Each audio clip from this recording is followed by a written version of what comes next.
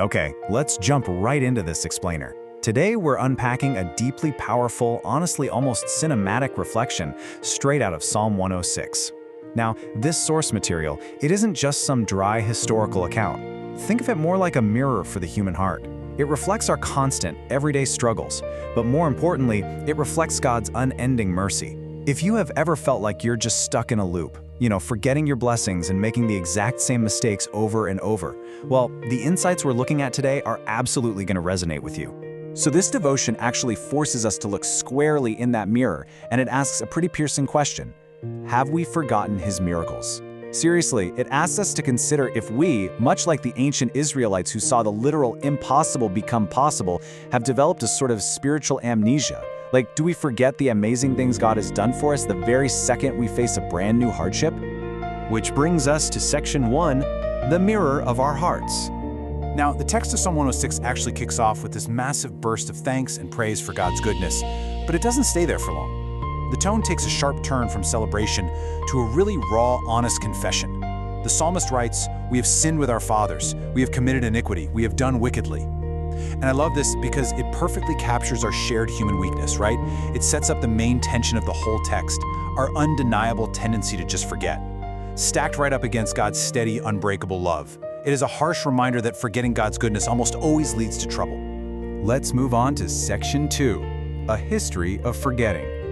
To really wrap our heads around this dynamic, the source material walks us through the sobering timeline of rebellion and rescue that completely defined early Israelite history. And notice how they repeatedly saw these absolutely mind-blowing miracles. I mean, they literally watched the Red Sea part so they could escape on dry ground. They got daily food literally falling from the sky. And yet, almost immediately after singing praises on the beach, they went right back to complaining. They got impatient, they tested God in the desert, and shockingly, at Horeb, they actually traded the glory of God for a golden calf. I mean, a statue of an animal that eats grass. And then decades later, they're joining themselves to false gods like Baal of Peor. At pretty much every single stage of their journey, forgetting led straight to rebellion. So the real takeaway here is this sharp contrast. On one side, we have human nature, right? We're prone to complaining, craving what we don't have, and chasing false idols. But then on the flip side, we have the divine nature, constantly rescuing, remembering covenants, and showing just immense compassion. While our human nature drags us down into this really dark cycle of rebellion, God responds with this enduring mercy that pulls us right back to the light. He just never gave up on them completely. And that brings us to section 3, standing in the gap. Because of his incredible mercy, God didn't just sit back and watch this destructive cycle happen. He actively used faithful leaders to step in and intercede for a very broken people. Take Moses, for example. When the people made that golden calf, God was ready to just wipe them out and start entirely from scratch with Moses alone. But Moses, standing in the breach like a true friend of God, boldly pleaded for mercy. He reminded God of his promises and his reputation. Moses even went as far as offering to have his own name blotted out of existence if it meant the people could be spared. And amazingly, God relented. And then there's Phinehas. When the Israelites were provoking God by joining themselves to false gods, a deadly plague broke out in the camp. Phinehas showed unbelievable courage. He stood up and took definitive, bold action against the sin. And his actions literally stopped the plague in its tracks, saved countless lives, and earned him lasting honor for generations. What's really fascinating is how this brilliantly illustrates that the exact same intercessory spirit continued way beyond the Old Testament and right into Christian history. The devotion points us to figures like William Wilberforce in the late 1700s. Wilberforce endured severe setbacks, lost friendships, and even compromised his own health to fight tirelessly for over 20 years against the legal slave trade in the British Empire. Driven entirely by this deep sense of God's justice and mercy, he stood in the gap for the oppressed, exactly like Moses had interceded for Israel. Which leads us to section 4, modern lives transformed. Now, this isn't just ancient history or textbook theology. The beautiful truth is that this exact same mercy is actively changing hearts and businesses in our world today. Just look at these modern business leaders who radically flipped their priorities. You've got Stanley Tam, who started a plastics corporation in the 1930s. After coming to faith, he actually turned the entire business over to God, directing his profits straight toward spreading the gospel because he realized human souls were the absolute ultimate priority. Then there's Jinho Chung, an asset management CEO who used to live this fast, heavy drinking lifestyle. After encountering Jesus, he faced a brutal business decision and literally sold his company for just $1 to protect his employees' jobs, instead of taking a massive personal payout. And Henry Sy Jr., a billionaire who lived far from God until one specific Bible verse pierced his heart. For what does it profit a man to gain the whole world and forfeit his soul? He repented, gave his life to Christ, and completely reoriented his massive influence. They all learned to value people far, far above personal profit. And it is not just millionaire CEOs, right? It's everyday professionals too. The text shares this amazing story of a school teacher who deliberately chose to let go of past bitterness, opting instead to pray daily for difficult students and colleagues.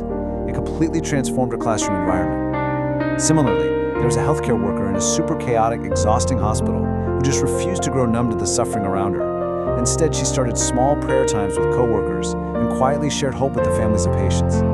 They really show us how remembering God's mercy directly changes how we treat others in the daily grind. Even families are actively stepping up to create these spaces of light. One family, living in a deeply divided neighborhood, decided to open up their home for regular meals and discussions, creating a safe, welcoming space for people of totally different backgrounds to connect, which perfectly reflects God's welcoming heart. Another couple, after years of relentlessly chasing material wealth, deliberately chose to downsize their home. They used those extra resources to support young families in need, basically stepping right out of that cycle of endless wanting and choosing to live with open hands. We also see this mercy acting as a huge sustaining force through terrible, terrible suffering. Pastor Richard N. Young survived severe burns in a horrific grease fire. It was an event that doctors actually attributed to divine power keeping him alive. But even after suffering immense physical trauma and pain, God's mercy sustained him, allowing him to continue his faithful, purposeful service to others. It's truly incredible. Let's bring it all together in Section 5, Returning to Mercy. So how does all of this apply to us right now, today?